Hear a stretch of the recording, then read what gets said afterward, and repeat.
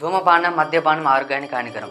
It cause injuries to పేద మధ్యతరగతి ప్రతి ఒక్క కుటుంబంలో జరుగుతున్న స్థితి, పరిస్థితి, దుస్థితి, ఘటన, సంఘటన ఒక నార్మల్ పర్సన్ అబ్నార్మల్ మారడానికి కారణం, ఒక నార్మల్ పర్సన్ సైకోపాథిక్ పర్సనాలిటీగా మారడానికి కారణం, ఎంతో క్రూరమైన ఆలోచనలు రావడానికి కారణం, ఎంతో ఒక వ్యక్తిని దూషించే అంత ఆలోచన స్థితి రావడానికి కారణం. అయితే ఇక్కడ బిలియనియర్ క్వశ్చన్ ఏంటంటే, ఆ కాడికి వస్తే నిన్నగాక మొన్న కోల్కతా రేప్ కేసు, ఆ కాడికి వస్తే దానికన్నా ముందు జరిగిన దిశ కేసు, ఆ కాడికి వస్తే దానికన్నా ముందు జరిగిన నిర్భయ కేసు, ఆ కాడికి వస్తే నిన్నగాక మొన్న తెలంగాణలో జరుగుతున్న మైనర్ బాలికల రేప్ కేసు. సో నీలో ఉన్న ఈ సైకోపాథిక్ పర్సనాలిటీ డెవలప్ అయ్యి ఇట్లాంటి ఘోరాలు, అఘోరాలు, స్థితి, పరిస్థితి, ఘటన సినారియో నంబర్ 1. రాజు అనే వ్యక్తి తన భార్య, 2 పిల్లలతో హైదరాబాద్లో ఒక ప్లేస్లో ఉంటున్నారు. రాజు అనే వ్యక్తి సాఫ్ట్వేర్ ఉద్యోగి. అతనికి సాఫ్ట్వేర్ కంపెనీలో ఉద్యోగం. సాఫ్ట్వేర్ కంపెనీ ఎట్లా ఉంటుందో మీకు అందరికీ ఆల్రెడీ అలానే ఉంటుంది. అయితే ఆ సాఫ్ట్వేర్ ఉద్యోగం చేస్తూ సాఫ్ట్వేర్ కంపెనీలో పెట్టి ఒత్తిడి తట్టుకోలేక అతను ఇంటికి వచ్చే దారిలో సాయంత్రం పూట నికోటిన్ అనే drug, so called cigarette smoke చేసి ఇంటికి వస్తాడు. ఇంటికి రాగానే తన వైఫ్ ఒక పెద్ద స్క్రీన్ పైన సీరియల్ చూస్తూ, కాన్సన్ట్రేషన్తో సీరియల్ చూస్తూ ఎంజాయ్ చేస్తుంది విత్ ఫుల్ వాల్యూమ్. తన 2 పిల్లలు చెరొక చేతిలో మొబైల్ ఫోన్ పట్టుకుని ఎవరి బిజీలో వారు ఉంటున్నారు. అట్లా రాజు అనే వ్యక్తి తన జీవితాన్ని ఇట్లా కంటిన్యూ చేస్తూ రొటీన్ డే వర్క్ కంప్లీట్ చేసిన తర్వాత అతను ఏదైతే డైలీ తీసుకునే నికోటిన్తో పాటు some more chemical substance call డ్రగ్స్కి అలవాటు పడడం జరిగింది. ఫర్ ఎగ్జాంపుల్ లైక్ ఆల్కహాల్, లేకుంటే గంజాయి, లేకుంటే హెరాయిన్, లేకుంటే కొకైన్, ఇట్లా ఎన్నో కెమికల్ సబ్స్టెన్స్కి అతను అలవాటు పడి తన సొంత బాడీలో ఉన్న ఆర్గాన్స్కి తనే డ్యామేజ్ చేసుకుంటూ, ఇంట్లో తన భార్య కూడా సీరియల్స్కి అడిక్షన్ అయ్యి, తన పిల్లలు కూడా మొబైల్ ఫోన్కి అడిక్షన్ అయ్యి, సంసారం ఎటు పోతుందో అయోమయం చెంది, అతని లోపల మనస్తాపానికి గురయ్యి ఏం చేయాలో దిక్కు తోచని స్థితిలో ఒక పక్క తన కంపెనీ అంత ఒత్తిడి పెట్టి, ఇంకో పక్క ఇట్లాంటి బానిసలకు అడిక్ట్ అయ్యి తను ఏం చేయాలో తెలియక ఒక అపార్ట్మెంట్ 4 ఫ్లోర్స్ అపార్ట్మెంట్ ఎక్కి మనీ పడి సూసైడ్ చేసుకుంటాడు. ఇది విషయం ఒక ఫ్యామిలీలో ఒక ప్రాణం బలైన తర్వాత ఈ విషయం తెలిసిన మిగిలిన 3 ప్రాణాలు తెలిసి, అయ్యో మేము అలా ఉండకపోతే ఈరోజు ఆ మనిషి మిగిలేవాడే అని ఆలోచిస్తూ ఏడుస్తూ ఏమి తోచిన స్థితిలో ఆ 4 కూడా సూసైడ్ చేయడం జరిగింది. Scenario number 2. నేను యాక్చువల్గా సినిమా చూడను, సినిమా థియేటర్ కూడా వెళ్ళాను. అయితే అదే టైంలో నా ఫ్రెండ్ ఒకడు కాల్ చేసి, అరే దేవరా సినిమా బాగుందంట, నువ్వు సినిమా థియేటర్కి వెళ్ళేసి చూద్దాం రారా అని చెప్పి నన్ను తీసుకెళ్తే, అక్కడ సినిమా కన్నా ముందే ఒక అడ్వర్టైజ్మెంట్ వేశారు. ఆ అడ్వర్టైజ్మెంట్ ఏంటంటే, ధూమపానం, మద్యపానం ఆరోగ్యానికి హానికరం. It cause injuries to health. అసలు ఏంది ప్రతి సినిమా ముందు ఇట్లా చేస్తారా అని ఆలోచిస్తూ ఇంటికి వెళ్ళిపోయినా. అది ఏంద్రాబాయ్ మార్కస్, ఇంత సోది ఎందుకు చెప్పి వీడియో ఎందుకు లాగ్ తీస్తున్నాం అంటే, ప్రజెంట్గా పేద మధ్యతరగతి ప్రతి ఒక్క కుటుంబంలో జరుగుతున్న స్థితి, పరిస్థితి, దుస్థితి, ఘటన, సంఘటన, దుర్ఘటన.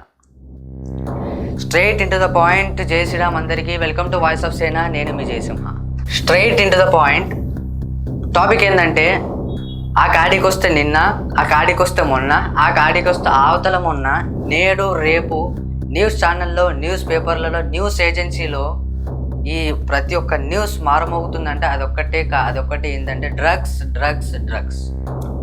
ఏంటి డ్రగ్స్ అంటే, ఒక కెమికల్ సబ్స్టెన్స్ మన బాడీ లోపలికి వెళ్ళిన తర్వాత, మన బాడీలో బయోలాజికల్ చేంజెస్ జరిగిన తర్వాత మన బాడీలో ఏ ఆర్గాన్స్ పైన ఎంత ప్రభావం చూపి ఒక నార్మల్ పర్సన్ అబ్నార్మల్ మారడానికి కారణం, ఒక నార్మల్ పర్సన్ సైకోపాథిక్ పర్సనాలిటీగా మారడానికి కారణం, ఎంతో క్రూరమైన ఆలోచనలు రావడానికి కారణం, ఎంతో ఒక వ్యక్తిని దూషించే అంత ఆలోచన స్థితి రావడానికి కారణం ఒకటే ఒక కారణం, అదే మాదక ద్రవ్యం అనే ఒక భూతం.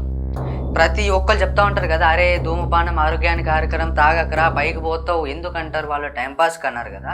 ఎందుకంటారో ఈరోజు ఈ అనడానికన్నా వెనకాల ఉన్న కథనం ఈరోజు వాయిస్ ఆఫ్ సేన మీ ముందు పెడుతుంది. ఈరోజు టాపిక్ వచ్చేసి మన డ్రగ్స్. ఒక్క డ్రగ్ అనే కాదు, డ్రగ్స్ ఎన్ని టైప్స్ ఉన్న డ్రగ్స్ ఉండొచ్చు. లైక్ నికోటిన్ కావచ్చు, ఆల్కహాల్ కావచ్చు, MDMA కావచ్చు, కొకైన్ కావచ్చు, గంజాయి కావచ్చు, హెరాయిన్ కావచ్చు, టీ అండ్ కాఫీ కూడా డ్రగ్స్ కావచ్చు. ఈ డ్రగ్స్ ఎప్పుడైతే నువ్వు ఇంటేక్ చేసుకుంటావో ఆ బాడీలోకి ఇంటేక్ చేసుకున్న తర్వాత అన్ని డ్రగ్స్ ఎఫెక్ట్ ఒకటే రకంగా ఉంటుంది. కాకపోతే నువ్వు ఆ ఏదైతే సబ్స్టెన్స్ ఎంత అమౌంట్ ఆఫ్ సబ్స్టెన్స్ నీ లోపల వెళ్తుందో దాన్ని బట్టి డ్రగ్స్ కొంచెం ఎక్కువ కొంచెం తక్కువ ఉంటుంది. అంతేకాని అన్ని డ్రగ్స్ ఒకటే ఎఫెక్ట్ ఇస్తుంది, ఇంక్లూడింగ్ టీ అండ్ కాఫీ. అయితే ఎప్పుడైతే నీ డ్రగ్స్ నీ లోపలికి వెళ్ళిన తర్వాత మన బ్రెయిన్ డోర్స్ ఓపెన్ చేసుకొని పెట్టుకుంటుంది. ఆ డోర్స్ ఓపెన్ చేసే ప్రాసెస్ ఏదైతుందో దాన్నే మనము న్యూరో అడాప్టేషన్ అంటాం. What is neuro adaptation? ఒక న్యూరో అడాప్టేషన్ అంటే ఎప్పుడైతే నీ కెమికల్ సబ్స్టెన్స్ నీ లోపల తీసుకుంటావో నీ బ్రెయిన్ ఆ డోర్ ఓపెన్ చేయగానే like it is ready to take it, feel it and enjoy it.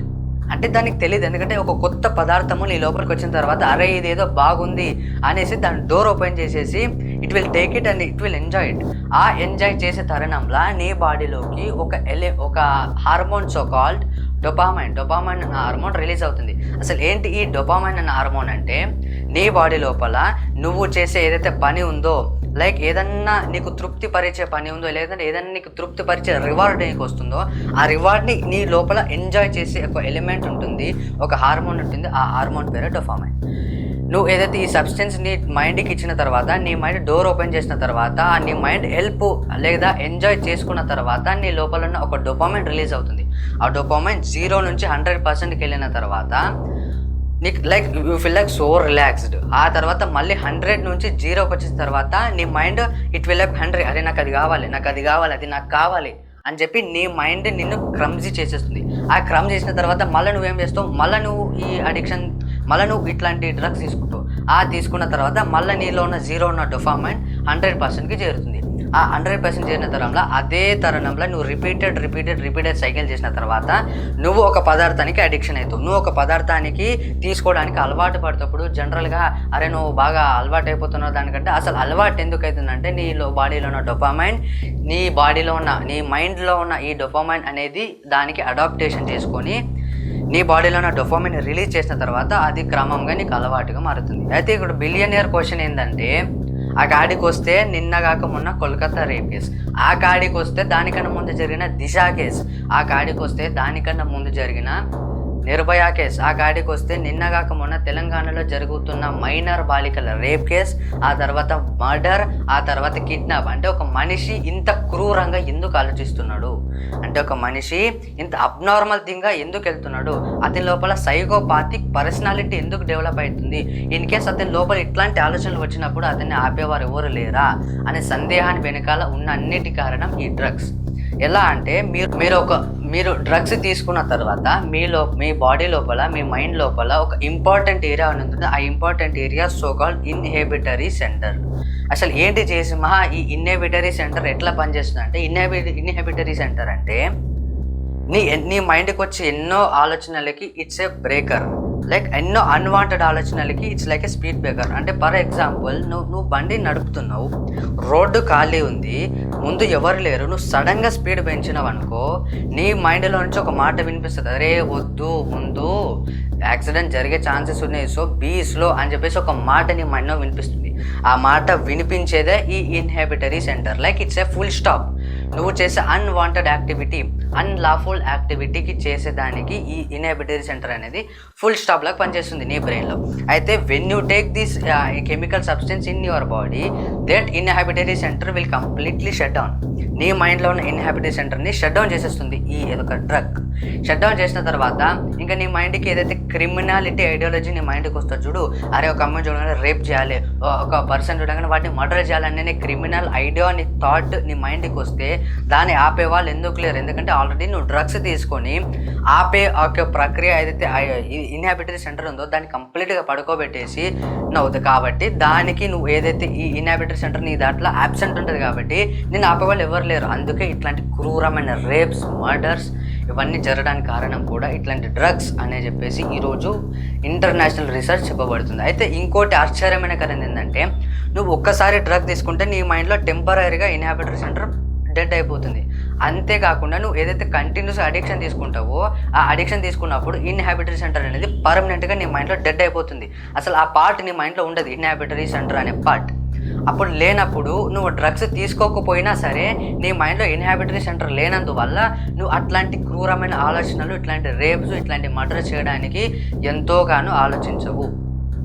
So ఇట్లా ఇన్హాబిటరీ సెంటర్ దాన్ని షట్ డౌన్ చేయడం వల్ల నీలో ఉన్న ఈ క్రిమినల్ ఐడియాలజీ, నీలో ఉన్న ఈ సైకోపాథిక్ ఆలోచనలు, నీలో ఉన్న ఈ సైకోపాథిక్ పర్సనాలిటీ డెవలప్ అయ్యి ఇట్లాంటి ఘోరాలు, అఘోరాలు, స్థితి, పరిస్థితి, ఘటన, దుర్ఘటన చేయడం జరుగుతుంది.